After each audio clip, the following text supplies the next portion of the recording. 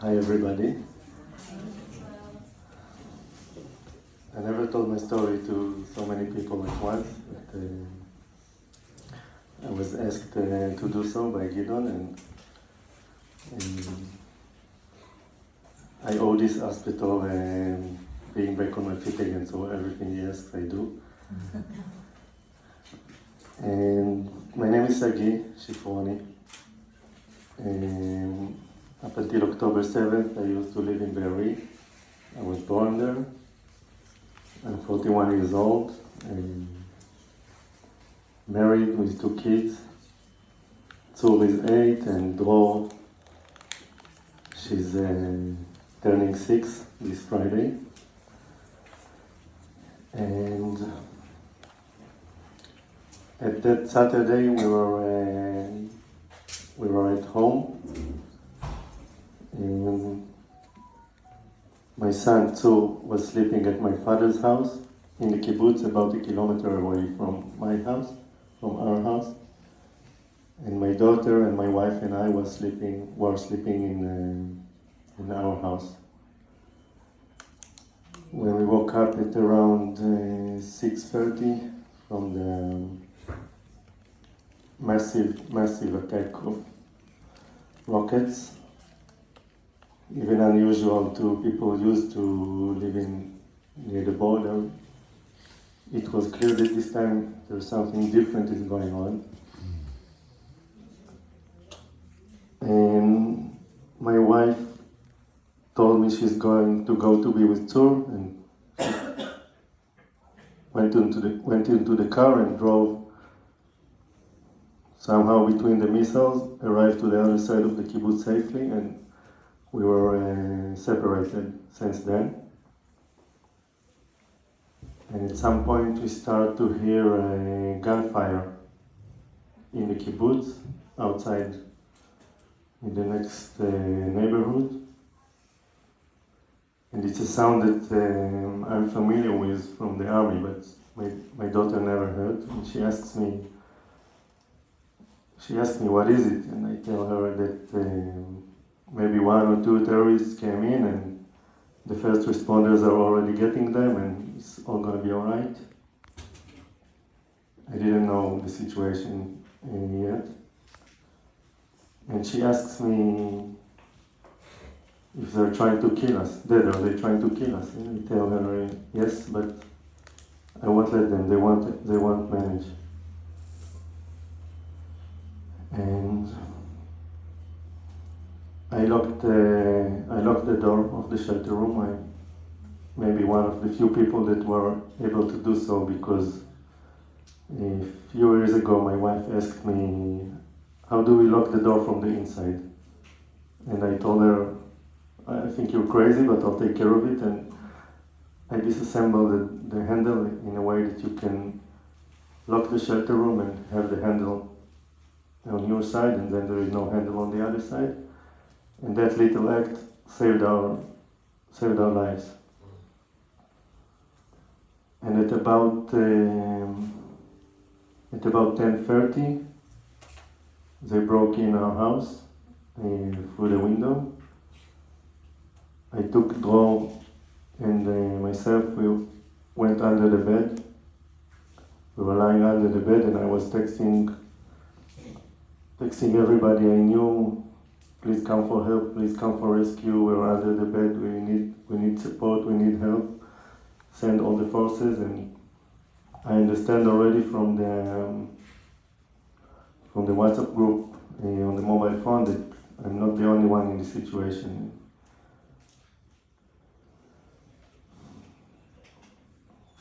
It was pretty clear that there is no help on the way. And at some point as they started shooting at the door.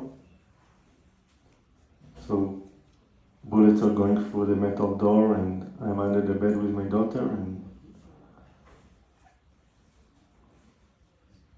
I was pretty convinced that the door will stand still, and it didn't fall open. So at some point they were quiet again. They went on, and I thought we were rescued because they came in, they tried to break in, they didn't manage and they left. And only about 10 minutes later I start hear again things shatter, things falls, things break in the house. And when smoke start coming in beneath the door, I realized that they are trying to, they burn down the house. They're trying to burn us alive. And at that point, when smoke is coming in and it's getting harder and harder to breathe, it was not a decision, it was something in my body that felt sort of an instinct, go out. Your daughter is here, everything is on fire, go out. Without thinking what's waiting outside, without knowing where should I go or what's the plan, but go out. And I was with my underwear, I didn't have anything on me. I found a pair of trousers and I was still barefoot and shirtless. And I tell my daughter, we're gonna go out. And she asked me, there is fire outside. She tells me, there is fire outside, we're gonna get burned. She asks the right questions to make me think of the solution, to make me promise her that she won't be hurt. And I covered her with a blanket. And I remember opening the metal door, opening the glass window. First I opened the door of the shelter room and I saw the whole house is on fire. I thought, there's no way we're going to go out from this direction. I went to the window and there was also fire on the balcony outside the window, but it's a shorter distance. It's only 4 meters to cross the fire and then you go to the grass. And I remember opening the glass window and opening the metal window, turning off the nets, and I asked Dror, are you ready? And she said, she nods, because I told her to be quiet. She nods yes, and I count 1, 2, 3, and then I have a memory blank until the point that we're both on the grass outside the shelter, outside my house.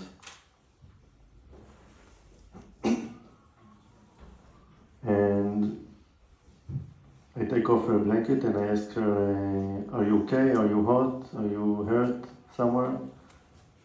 And she tells me, no, I'm okay, but you. She goes like, but you.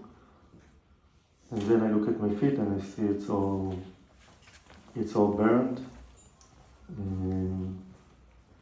The skin peeled off. I didn't feel any pain at that point. It was very warm. My feet were burned. My arm, my face was very hot, but no pain still. And I picked her up. We started to run towards one of my neighbors. I remember searching for water. My eyes were like looking for water, whatever you can find, get water. And we go to the next door neighbor, because I see a garden hose, this yellow big garden hose, so I thought, okay, good, that's water. We went there and I hid her drawer behind, they had this washing machine, and on top of it a dryer. And there was a gap, like, I don't know, maybe 20 centimeters between the wall to the washing machine. So I put my daughter behind the washing machine and I put 2 big baskets of laundry. And I take a photo of her and I send it to my wife. Because I'm thinking, they're still shooting everywhere and probably they're gonna get me. And the most important thing is to save my daughter. And I write her, I text her, we're out of the house, it's on fire, and I send her this photo.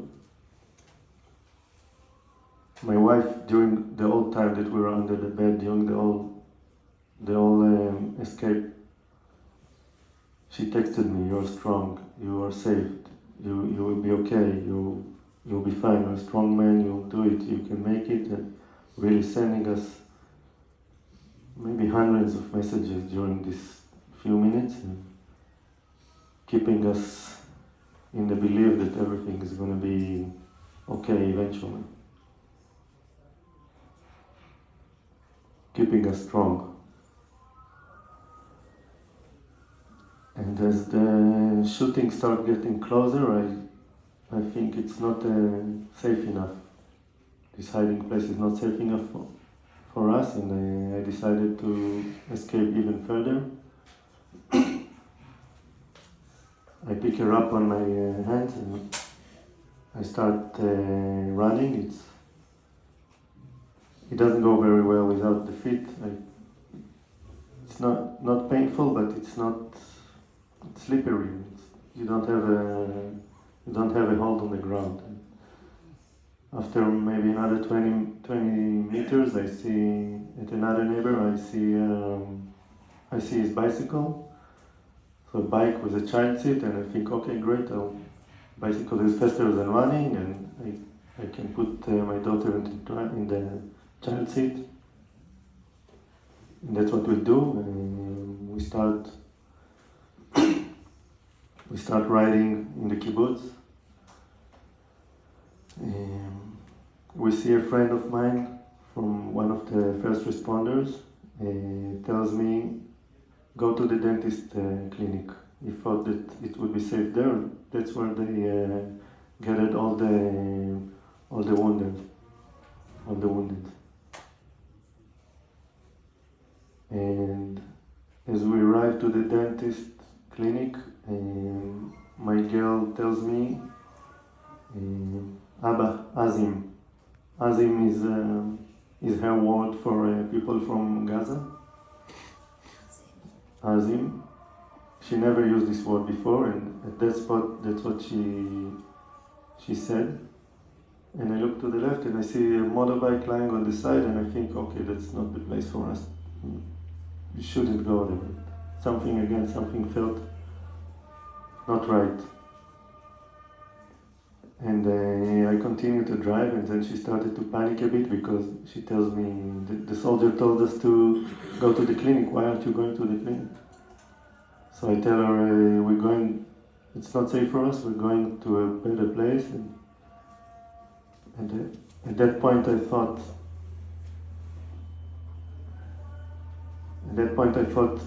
if we're all going to be dead today, I want to be together. And I tell her, we're going to Ima and So, we're going to your mom and to your brother, we're going to meet them. And I continue on with the ride. It's about another 500 meters. And once again, before we arrive to the house, she tells me once again, "Abba Azim." I was paddling, this tunnel vision, going forwards and not looking very much to the side, just escaping. And she was my observer. She was looking everywhere. She was seeing anything suspicious. She told me, and being very quiet, not yelling, not crying, really assist us. And again, I look to the left and I see terrorists, Hamas terrorists with their green bandanas, maybe 10 meters away. Luckily they didn't see us, so I don't know, they were busy unpacking and packing backpacks, and they had guns, but they didn't see us, I think, or they saw us and they thought we'll get him later or something like that. And we go down to my father's house. It's already downhill, so it's getting easier on the feet. And we get there. I call my wife, I tell her, "It's us, let us in." And within 2 seconds we were already inside. They pulled us in, My brother was there with his family. My brother came, he doesn't live in the kibbutz, but he came for the weekend. So he was there with his family, 4 years old and 1 year old kids. And my wife was there and my older son was there. And he tells me, he puts me to lie down on the floor and tells me, I don't want your kid to see you like this. I was burnt at that point. I tell him, okay, bring me inside, there is no other option, and bring all the food and bring all the water that you can find, and we're gonna have to wait for a long time in the shelter room. And about an hour later, by the way, that's where the pain started. The second I met my brother and my wife, the pain started to be unbearable, and they took care of me. They called my uncle, he's a paramedic, they called him to ask what to do with the burns, and that was his last advice to us. He was murdered about an hour later, but his last advice was to put the feet inside the soap water and to put a wet towel over my body and to wait. So I was honored to receive this last advice. And we waited there another maybe 6 or 7 hours in the dark. The electricity is already down, and when I arrived I told him, you can't stand in front of the door and take the kids, you can't sit in front of the door because it's not bulletproof. And he was surprised to, me getting there also saved his life, because he was standing in front of the door until then and holding it. And I told him, you can't stand here, you'll get shot through the door. And indeed, about an hour later, after I arrived there, terrorists arrived to this house as well. And luckily, this time they only shut the door, scared us to death once again, and so went like, too young to die, I only celebrated 8 and it's not fair. And I told him, maybe even a bit aggressively, I told him, so nobody's going to die today. Take it off your head. Take it out of your head. And then my wife tried to calm the kids down. We made room in there is a big wall closet. We made room. Each kid got his own shelf. We put the kids in the shelves and we told them, okay, if necessary, we're going to close the closet and you just have to stay quiet. And nothing can stop the mind from going to the Holocaust stories that we all grew on.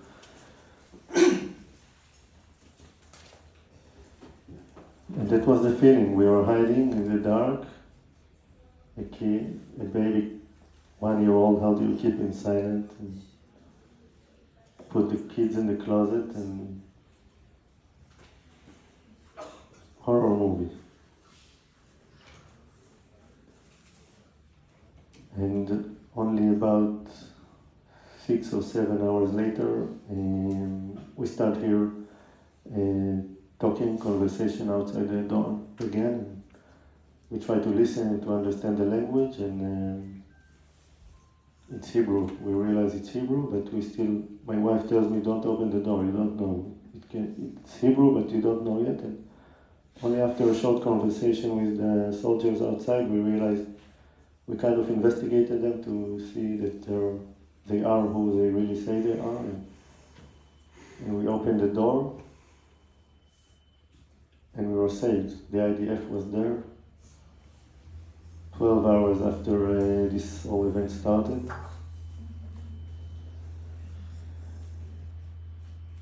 And there is something I take with me in this story is the togetherness of the family. My son's name is Tzur, which means strength, and my daughter is Dror, which means freedom.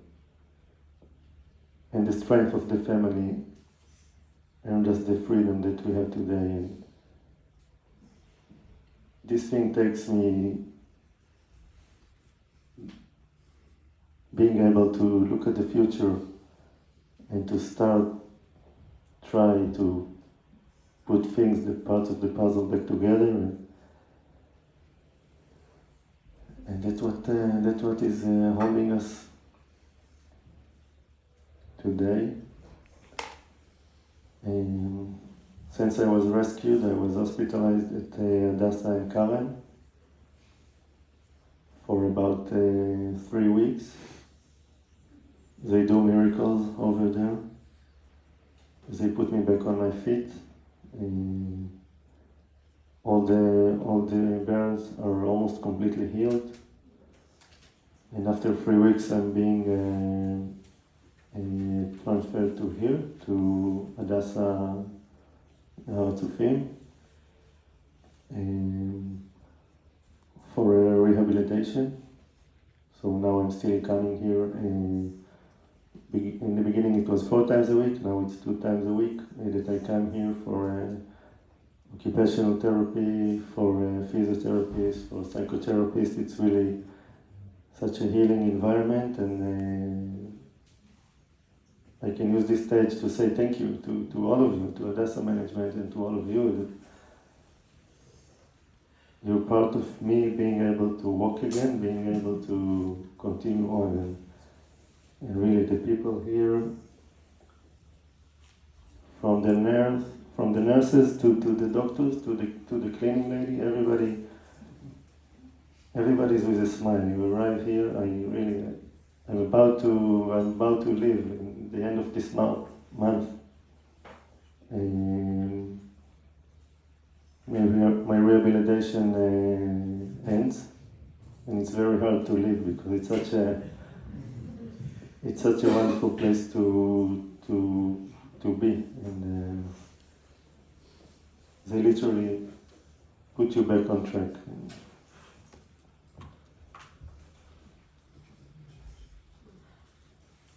That's about it.